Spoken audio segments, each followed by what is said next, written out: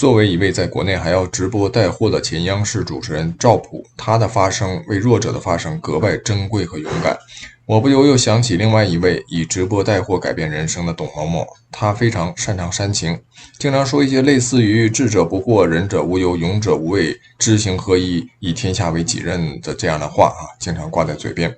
但是现在出个门好像都要前呼后拥一大堆人，让人给开路。也从未见过他在网上为任何的弱势群体和不公发声，一次都没有。如果有，大家评论区留言提醒我更正。我们来看看真正的勇敢又知行合一的赵普怎么说。昨天我分享的罗帅宇视频影响巨大，晚上6、7点钟刚发出来一小会儿，5分钟吧，1万个赞，短短几个小时几十万赞，可见大家多么急切的渴望真相。那到了昨天晚间呢，央视新闻发布了关于罗帅宇坠楼事件现有情况的通报。我不知道你们信不信我相信很多朋友是不信的。但不得不说呢，警方联合多家重量级的媒体发布的情况，真的很可能就是事情的全部真相。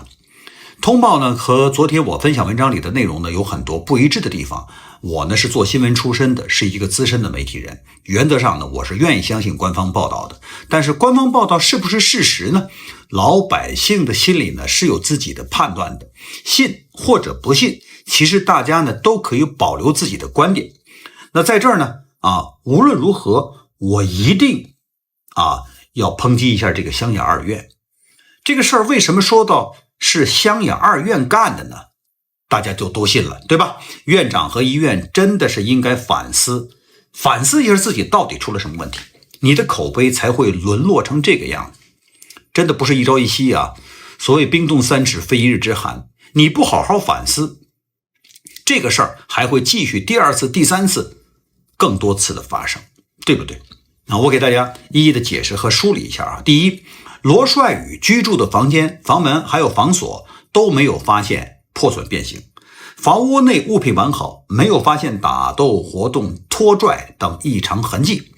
房间内的确有一个单肩挎包，里边有现金是24,540元。第二，综合现场勘查、尸表及理化检验等等，判定罗帅宇系独自一人到达楼顶，自主攀爬翻越围墙，到达平台之后呢，从镂空口的这个洞内跳出，坠落到地面后反弹到所谓尸体发现的位置，被认定为是跳楼自杀身亡，排除了刑事案件。此后呢，罗帅宇家属对公安机关做出的调查结论表示并无异议，没有要求尸体解剖和病理解剖。那么第三点家属寄送的50份器官捐献资料和国家器官移植注册系统逐一的比对，确认50例捐献器官的来源及去向，全程均可溯源，没有发现违法违规行为。第四点，对家属提供的6段录音材料进行音频核实，被指为刘祥峰的录音，实为该医院急诊科医生周某，其内容呢系正常业务工作交流。另外5份录音呢也属正常，我就不给大家一一分享了好，我们说第5点，关于家属反映的罗帅宇因为举报刘祥峰而遭迫害的核实情况。那么经过核实呢，调取罗帅宇入学至刘祥峰案发之前所有的病案资料，没有查询到2个人同台手术记录。另外呢，湖南省卫健委中南大学及湘雅二医院均未收到过罗帅宇对刘祥峰的举报。第6点，罗帅宇坠楼前向该医院研究生廖某、梁某同时发送的短信，内容呢是去原科室。罗帅宇出事了，而据梁某反映呢，这2条短信的意思是我出事了，班不用换了，你们还是按原来的班上，而不是网传的如果我明天没有上班，就把电脑里的文件交给纪委第7点，公安机关并未对罗帅宇的笔记本电脑、平板电脑、手机、移动硬盘等等进行修改或删除，并且呢，在备份数据及云端资料中也均未发现家属提到的举报材料、文件及文件夹。第8条，网传的40万元转账实为 33.379 万元，系内部操作发放个人绩效，其中呢 3.853 万元为罗帅宇个人的绩效，其他的钱呢是别的同事的绩效。虽然该行为不违法，但是存在管理不规范的问题，已责令整改并问责。第9条，律师吴某某代表家属向襄阳二院提出不合理的巨额赔偿要求，被医院拒绝。第10条，2025年5月28号，长沙市公安局作出维持原决定的结论，并且于5月29号将刑事复核决定书当面送达代理律师及家属。官媒的通告是非常严谨的啊。湘雅医院法定代表人是吕奔，开办资金呢约7亿人民币啊，宗旨和业务范围呢是为人民身体健康提供医疗与护理保健服务。风险信息显示啊，该医院曾多次因为医疗损害责任纠纷被起诉啊，这是无法撼动的客观事实啊，绝没有个人主观臆断和谣言的可能。中南大学湘雅二院的院长吕奔教授呢，他是在2023年12月8号正式担任医院的党委副书记和院长的职务，接替了原院长黎志宏教授啊，请大家记住这个日期啊。在吕院长上任前的一年，2022年的8月26号是刘祥峰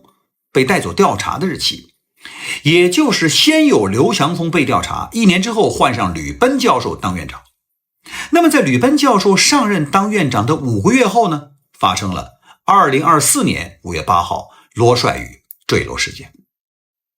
紧跟着坠楼的5个月后，2024年的10月31号，刘祥峰被宣判开庭。你看，大家简单的梳理一下这个时间节点，全部都是公开的真实信息啊，一切官方可查，不含任何主观的臆断。湘雅二院呢，在22年期间呢，也就是吕奔院长啊没上任之前，这1年的时间里边就有7到8起天眼查可以查到的医疗损害责任纠纷啊，多半呢是导致患者死亡的医疗事故啊，这都是卫健委和相关部门正在调查的事件。我呢也希望所有受害者在湘雅医院治疗期间出现问题的患者，秉着客观事实，不要恶意抹黑，积极的向有关部门进行反映。我们的国家日益强盛的同时啊，这个国家的法律啊，还有公共事业管理方面这个职能的完善呢，都在一步一步的进步当中啊，应该说是在越来越好的，值得点赞。最后啊，罗帅宇已经去世1年多了，无论如何呢，我们都希望他能够走好，不要含冤而去，也希望呢我们所处的这个世界呢，多一份侠肝义胆，少一份暗箱操作。最后呢，土哥也再次向有关部门呼吁，要对整个医疗系统进行一次真正意义上的大核查。如果只是湘雅二院这么一个孤立的事件，我想这民意它不可能如此汹涌。所以国家甚至可以除了对医疗系统之外的企事业单位呀、公共管理部门呢，一起展开一次排查啊，找找问题究竟出在哪里。那么如果大家同意我的看法，请帮忙点赞转发。关注罗帅宇很久了啊，今天我看到2篇文章，一篇呢叫做罗帅宇死不瞑目，另一篇呢叫做罗帅宇坠亡案最新进展，家属再发新证据，真的是忍不住要分享。2篇文章都挺长，老规矩啊，我做了部分的删节，结合在一起分享给大家。我首先要声明啊，我对真正的白衣天使不仅仅是尊重和爱戴，更有一份私人的感情。因为我爷爷啊，整个家族几乎都是医生，我的妈妈、我的姐姐都曾经是护士，也正因为如此，我才会关注，并要好好说说这件事。那接下来我要说的呢，就是上面我提到的2篇文章的内容了。文中说，解决不了问题就解决提出问题的人，解决不了英勇无畏满身正气的人，就动用一切手段让对方闭嘴，这是某些无耻之徒惯用的伎俩。在医疗行业本应救死扶伤的净土上，到底是谁在肆意践踏生命以谋取私利呢？而总有人选择站出来撕开黑暗，哪怕代价是生命。他叫罗帅宇，这位年轻的医学硕士就用热血与勇气书写了一段震撼人心的抗争故事。2021年呢，罗帅宇通过湘雅二医院的研究生考试踏入医院实习，满心憧憬着能够成为一名优秀的医生。可现实呢，却如同一盆冷水浇下。实习期间，他发现副主任医师刘祥峰等人的罪恶行径，为了高额的治疗费，把急性胰腺炎病人当成胰腺肿瘤切除，为利益切除病人正常的器官，在手术台上现场卖药，坐地起价，甚至伪造病历，帮亲戚骗取医保报销，还疑似人为的将结石植入病人的体内。这些违背医德、践踏法律的行为令人发指。面对黑暗呢，罗帅宇没有退缩。出身底层的他，心中的淳朴善良让他无法对这些恶行视而不见。在实习的3年时间里，他冒着生命的危险收集罪证，电脑中留存的举报材料打印出来的 A4 纸足有1119页，重达16斤。那些个录音呢，至今你听来仍让人脊背发凉。肠道是好的，对，可钱不到位怎么办呢？切掉就坏死了，肯定只能切掉了。那这个人后面咋活呀？嘿，他能不能活就跟他的命呗。你看看，如此冷漠无情的对话，将某些医者的贪婪与残忍暴露无遗。还有说我们合作找孩子取标本，男女各6例。又说你熟悉一下取脏器需要的东西，放在实验室里保存。救死扶伤的手术室竟然成了黑暗交易的场所。罗帅宇呢，心中白衣天使的梦想也就此彻底的破碎了。到了2022年的夏天呢，他决定将这一切公之于众。一时间，互联网上大量的曝光刘祥峰等人的帖子涌现出来，舆论一时哗然。刘祥峰最终伏法，但就在他即将判刑之前，罗帅宇呢却倒在了黎明前夕。2024年的5月7号，罗帅宇最后一次出现在医院的监控当中，背着双肩包走进医生办公室。次日的清晨呢，他的遗体就出现在医院附近的居民楼下，死因呢被认定为跳楼自杀。可这个结论疑点重重坠楼现场有打斗痕迹和破碎的眼镜，坠楼地点距离跳楼的空洞7米远，而空洞仅80公分，成年人难以正常站立并且完成跳跃动作。天台护栏的顶部呢有新鲜的摩擦痕迹，却没有他的指纹。随身携带的笔记本外壳呢有磕碰的痕迹，内容还被删光了。好在家人呢恢复了笔记本数据，才让那些罪证重见天日。更蹊跷的是，跳楼前7分钟，他向并不熟悉的2位同事发送短信：罗帅宇出事了和回原单位上班，还拨打过110。而他生前在直播中曾特意强调，我绝对不可能自己结束生命，如果我真的发生了什么，请帮我报警。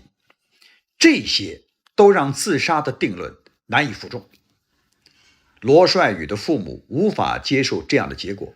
罗父呢坚持了1整年，要求彻查真相。期间呢，他们是一次次提交材料，截止到6月10号呢，已经达到了13次。可是呢，此前的12次均被退件。为了拿回儿子的遗物，他们甚至被要求签署认定自杀的协议。还有人提出给予85.3万元的赔偿，称即便罗帅宇活着赚钱，到退休也未必能赚这么多。这都被罗帅宇的父母断然拒绝，他们要的只是一个真相，一个公道。罗父坚定地说，我还有什么不能舍弃的？我们不能输，不敢输。小罗的妈妈声嘶力竭说，我什么都不要，这些都是我的儿子用命换来的，我只要一个公道。罗帅宇前面我说过，他从小就怀揣着医生梦，刻苦学习，顺利考入中南大学湘雅医学院攻读外科学硕士研究生。穿上白大褂的他，每天那是满怀热情，第一个到科室。在肾脏移植领域，他专注研究，手术方面呢也取得了显著的成就。可是当他发现刘祥峰的罪行，面对对方拉拢，他是坚决拒绝，还悄悄地录下了作恶的全过程。他用行动诠释了医者的良知与正义。如今呢，罗帅宇已经坠亡1年，真相仍然迷雾重重。网友们纷纷发声，有人建议罗富将证据整理成 PPT 公开，有人提议联系上官正义帮忙，更多人呢是选择支持罗帅宇父母追寻真相。正如网友所说，罗帅宇帮助的是所有患者，他的牺牲不能白费。在此之前呢，我也一直在关注罗帅宇，但是呢，一直没有看到官方媒体的关注。最近几天，大量的官方媒体也开始关注罗帅宇案件的进展，我们似乎看到了一点曙光。大多数网友认为，虽然这件事儿和自己并无直接关系，但是他们相信众人拾柴火焰高，还是应该大力的支持罗帅宇的父母，希望他们能够坚持下去。不少医生网友称呢，医学类研究生所付出的努力和研究的经历，只有学医的人才能够真正的体会到其中的艰辛。你看，罗帅宇明明马上就要毕业了，却经历了如此黑暗的事件，美好的青春就这样戛然而止，实在是令人惋惜。很多网友提醒大家不要做冷漠的旁观者，罗帅宇帮助的是所有患者，也是为了无数对他来说陌生的孩子们。160年前，谭嗣同我自横刀向天笑，去留肝胆两昆仑，用生命守护正义。如今呢，罗帅宇同样以无畏的勇气对抗医疗行业的黑暗。我们不能让英雄蒙冤，不能让正义缺席。为罗帅宇发声，就是为我们每个人的健康与未来发声。欠罗帅宇的公道必须偿还。好了，以上呢就是2篇文章的内容，我分享完了。我和他们的观点一样，期待着更多的真相，因为只有真相才是对罗帅宇最好的告慰。